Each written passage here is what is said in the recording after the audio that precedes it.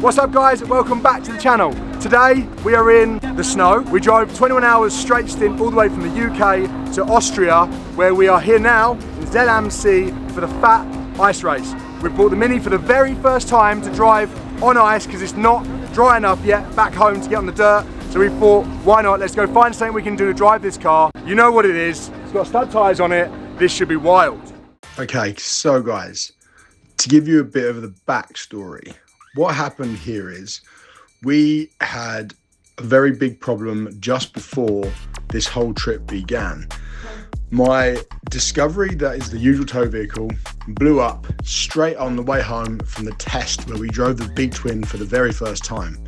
So I spent the next 2 days searching, looking, begging for a tow car that would replace the Discovery and get us to Austria on time. The day that we had to leave, which was the day before the event, on Thursday, Adam had a great idea to go onto Marketplace and to see if we could find something. He found the best vehicle I've probably ever bought. Basically, he found a Volkswagen Touareg V10 TDI about an hour away from Level Motorsport, which is where he and the car was. He went and said, let me go check it out and then we'll see. You know, we got hold of the guy, he sees at work, he only put it up for sale the day before. So wasn't really ready, but whatever, come down, have a look. Adam went down there, 15 minutes later, test drove it. We bought it there and then, drove it back from Barry. And 2 hours later, we had the whole thing loaded up. I drove up from Devon with the trailer. We hooked it all up and we set on our merry way to Austria. 21 hours of straight driving from Bristol area all the way down to Zell am See in Austria. We ended up with what I think is the most awesome tow vehicle I have ever used. The Volkswagen Touareg V10 TDI is absolutely awesome, and I'm hoping will stick around for a long time. So the event is Fat Ice Race GP in Zell am See in Austria. Now, this is one of the most exclusive winter events that exists at the moment, and they invited me down with the Mini to race. So I wasn't going to turn the opportunity down.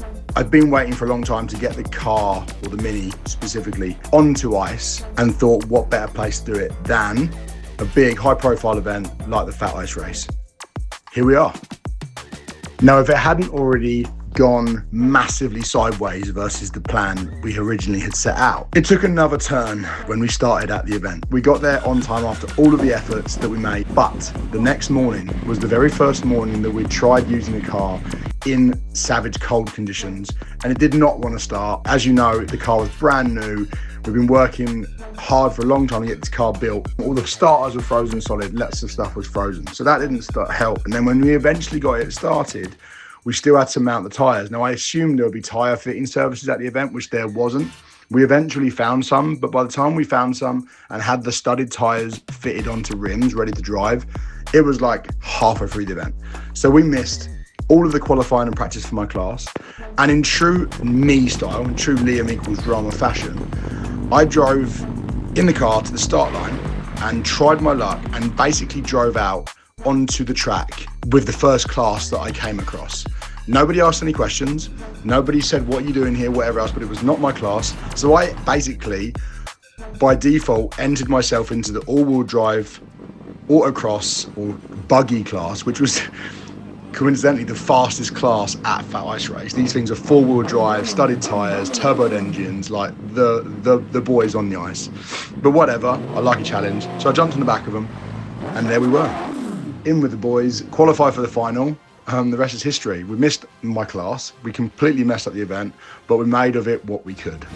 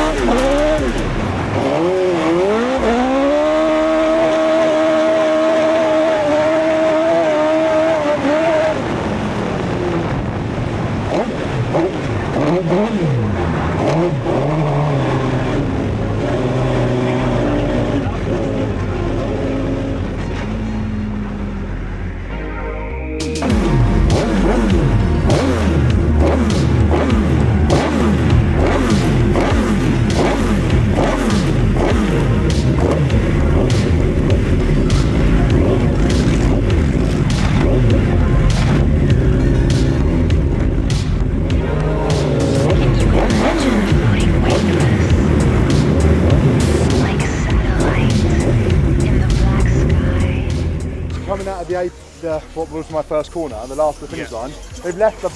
You follow the banks, and I'm like, oh nice, and all of a sudden there's like an iceberg. For me, it's the size of me. I came around the corner and I was like, at the first lap, like running the nice line, and you can't really. Well, actually, you lift and it floats out. Yeah. Because normally you need more gears. So apart from that first time, then every time I come around there, I fell in the same trap. I come around there too tight and had to open it up. Yeah. But in the last lap, which obviously is only one lap run, qualifier, the last lap was good, I think. Fourth gear, pinned all the way, almost pretty much all the way around. Any problems? No. It sounded a bit fluffy at times. No. No, it's probably me off throttle. Brum, brum, brum, brum. It's not very nice to come back on power. Is that, yeah, as long as you stay on power, pick it up, as long as you stay on power, it's fine. So if you soft the bar. Any roll control on it now? No, it's open already. So soften the dampers maybe. Yeah. Well, based on what I learned on my chest, I don't want to soft dampers, but obviously weight out the front because I'm carrying 30 kilos too much now. Yeah. And then that will transfer the weight. I might be able to get it so it's now the front's just down all the time. So if we take the weight out, I might be able to get, and once you transfer the weight onto the rear wheels, it gets more grip, obviously, because all the 500 kilos is on the rear wheels. And at the moment, you've already got it rotated. Yeah, it's fine. There's no question about front grip, because it's like all right, you don't need front grip, it's just set it up, and then as long as you hold your line, you're fine. But it's perfect, like there's not, the kidneys doesn't do anything. It's just, I mean, I could do it going right, it'd be a bit better for the car if I was going right. Yeah. But it was mid, loads of lock. Like I'm coming around, you can't see the bottom corner. I can see you coming out of it. But I am on the lock stops. Like literally, I'm going completely that way. Like you'd think it's four-wheel drive. I'm completely going that way, but pointing that way, which real drive cars should normally do that. Now, as you can imagine, probably for the same reason you guys are watching this right now, at a live event like this, especially one that's so exclusive, the cars are all really crazy and really valuable, but not many have two engines. And not many do wheelies and go as fast as the Mini does. So it gets a lot of attention. Now people were going wild for the car. They couldn't believe it. Everybody's just like dumbfounded when they see the thing, and then when they see it sat there and see the situation in the engine bay is one thing, but when they see it go around the track, it's a whole different ball game. People were into it, people were loving it, and I would say it was pretty much the star of the show. And it's definitely a party trick. It's always good to get out at these events. Hello. Do you want to know what we're doing? Better pace now. I'd love to know what you're doing. You'd love to know. Well, in order to try and get a bit more grip, we're removing the rear anti-roll bar, which should allow more weight to transfer onto the outside wheel with these big old studs dig in, drive the car out the corner. Let's see if it works.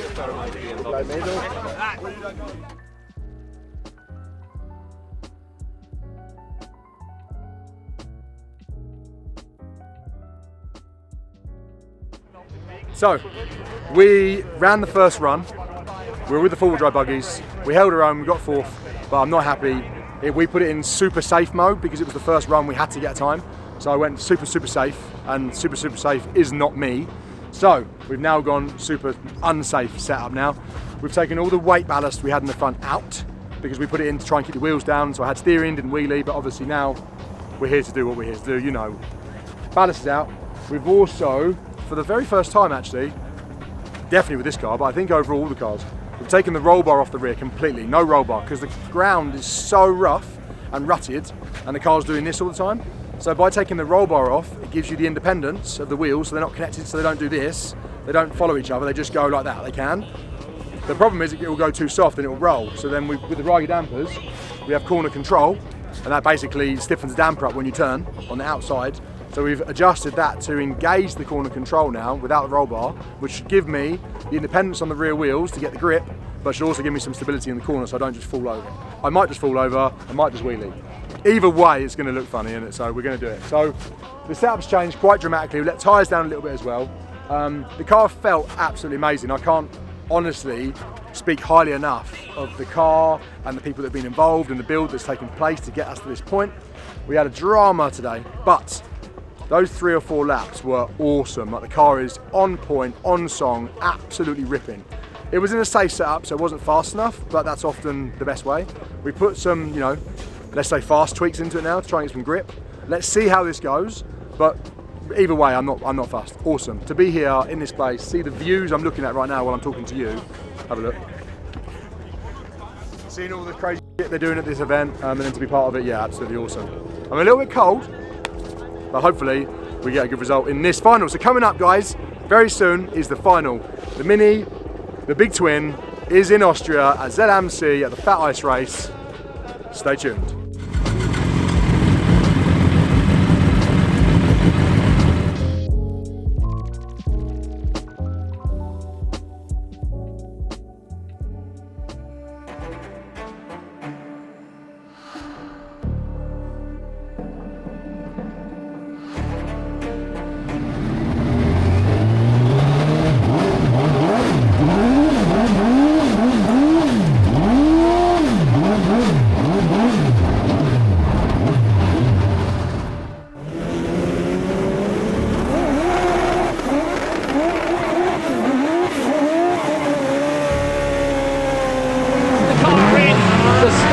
Up the background, visibility will be difficult. Liam Doran in P4 in the two-wheel drive machine. Final quarter back, Doran goes round in turn 1.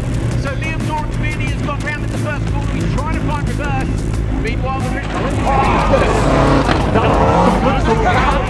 gegangen, das resultierend aus den Flaggen, und da hat der Führende ganz schnell verlangsamt. Wolfgang Zobel auf die Bremse gegangen und dahinter konnte Lukas Wilhelm nicht mehr reagieren. Der dritte im Bunde fährt noch mit abgeknicktem hinteren linken Rad, also alles soweit okay. Andrew, what an unfortunate misunderstanding. I mean, well done to the leader. He just, it's very easy to see in the replay, isn't it? Oh, huge impact. Yeah, he was very careful immediately, which is, in essence, is great because we've got marshals on the circuit, but I think there wasn't just enough time for the second car to react anymore. What a shame. That's not the way we wanted the buggy final to end. There you go, you can see the car came through in P3 and just clipped the leads as they came round. And that took the rear left corner off that car, the front right corner I think was taken off as well. Everybody seems to be okay from the cars, but not all going to see the buggy final here, so... Yeah, Corey, what's the situation down your side? Should we get some tunes on and wait and find out, or do you want to give us an update? Yeah, we've already got a bit of an update.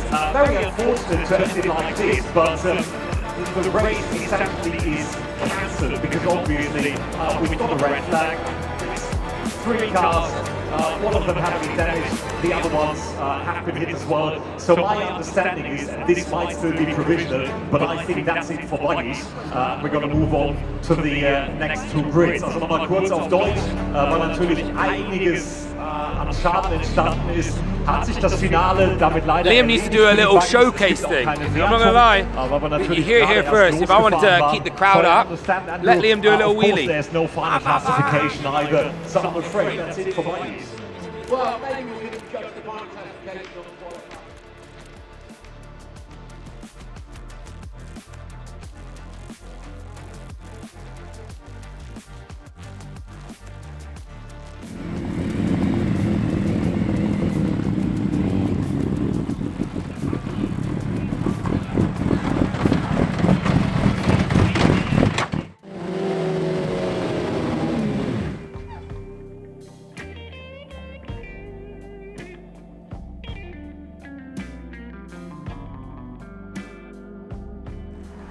We're all packed up here now at the Fat Ice Race GP.